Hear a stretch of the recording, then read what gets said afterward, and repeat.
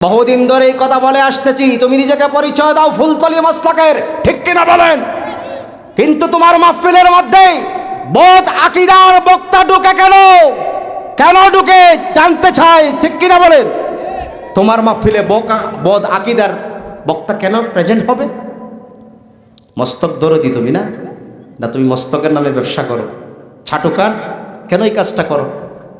সাদ কাবলা এই দিনের জন্য, এই ইসলামের জন্য তিনি রক্ত দিয়েছেন, কথাটি যেটা বলে ঠিক কিনা বলেন? কোরআনের খেদমতের জন্য নিজে বাবুর্চি সাজে নিজের হাত জ্বালিয়েছেন সোলায় মানুষদের মেহমানদারি করার ক্ষেত্রে, দারুল কেরাতের ছাত্রদের মেহমানদারি করার ক্ষেত্রে। এই অবদানগুলা কি তোমার মাথায় আসে না? ঠিক কিনা বলে? আমাদের প্রিয় মুর্শিদ আল্লামা সাহেব কাবলা ফুলতলি রহমতুল্লাহ আলাইহি গোটা জিন্দেগিটা এই দিনের জন্য তিনি বিলিয়ে দিয়েছেন, কথা বলেন ঠিক না? বলেন এই আমাদের প্রিয় মুর্শিদের ইসলামে যথেষ্ট অবদান আছে না নাই? জোরে বলতে হবে, আছে না নাই? আমাদের মুর্শিদ কাবলার মানুষের কল্যাণে যথেষ্ট অবদান আছে না নাই? না, আমরা সাব কাবলাকে তো স্বার্থের বিনিময়ে অনেক সময় ব্যবহার করি। মাতৌকা দুড়া আছে না নাই? অনেকে আছে আমরা সাব কাবলার মুরিদ, খালি স্বার্থের বিনিময়ে সাবকে ব্যবহার করে করে, ঠিক না? সাব তার জীবদ্দশায় বলেছিলেন যে আমাকে ব্যবহার করতে করতে টিনের ভিতরে ফালাইয়াও বেচা শুরু করে, আসে না নাই? টিনের ভিতরে ঢুকাই হান্দাইয়া বিক্রি শুরু করে। এই জন্য কিছু ছাটুকার আছে না নাই আমাদের দেশে? মাতৌকা আছে না নাই? মুফতি শাহ হুজুরের জবান থেকে একটা বয়ানের কোট করছি আমি, যে তিনি বললেন সাব কাবলা আক্ষেপ করে বলেছিলেন যে হবিগঞ্জ না কোন জায়গায় নাকি এক ব্যক্তি টিনের ভিতরে তৈল বিক্রি করা শুরু করছে। জানতে চাইলেন তৈল কই থেকে আনছো? কইটা সাব বাড়ি থেকে বানানো তেল। সাব বাড়িতে কি বানানো তেল? সাবের নামে বাজারে সালাই দিতে আছে। বহুদিন ধরে এই কথা বলে আসতেছি, তুমি নিজেকে পরিচয় দাও ফুলতলি মাসলাকের, ঠিক কিনা বলেন? কিন্তু তোমার মাহফিলের মধ্যে বোধ আকীদার বক্তা ঢুকে কেন? কেন ঢুকে জানতে চাই, ঠিক কিনা বলেন? তোমার মাহফিলে বোধ আকীদার বক্তা কেন প্রেজেন্ট হবে? মস্তক দরদি তুমি না? না তুমি মস্তকের নামে ব্যবসা করো?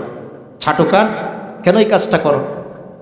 সাদ কাবলা এই দিনের জন্য, এই ইসলামের জন্য তিনি রক্ত দিয়েছেন, কথাটি যেটা বলে ঠিক কিনা বলেন?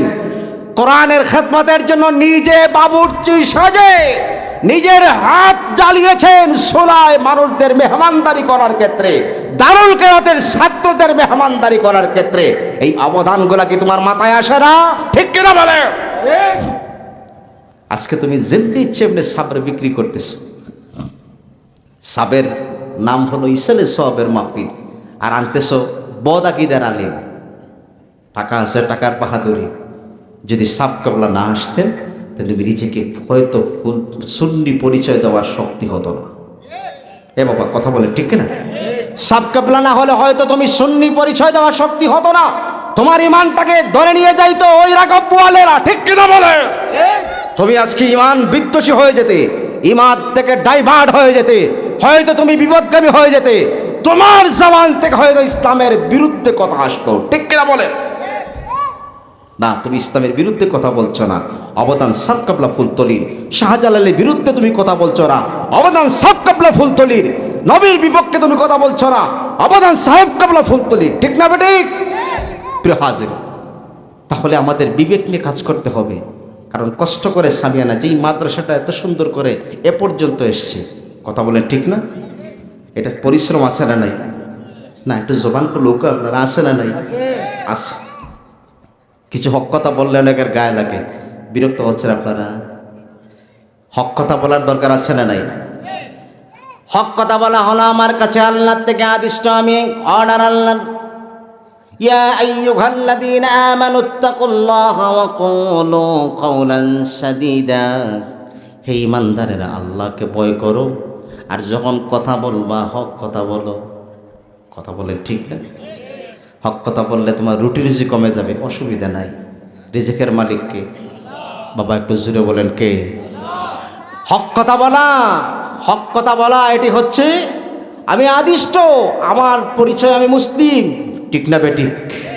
আমি একজন মুসলিম হিসাবে আমার হক কথা বলার দরকার আছে না নাই? সির বলেন আছে না নাই? সাহেব কাবলা ফুলতলি রহমতুল্লাহ আলাই জীবনের গোটা সময়টা তিনি হক কথা বলেছেন। কে ভালো লেগেছে কার ভালো লাগে নাই সেটা তিনি পরোয়া করেন, আরো জোরে করেন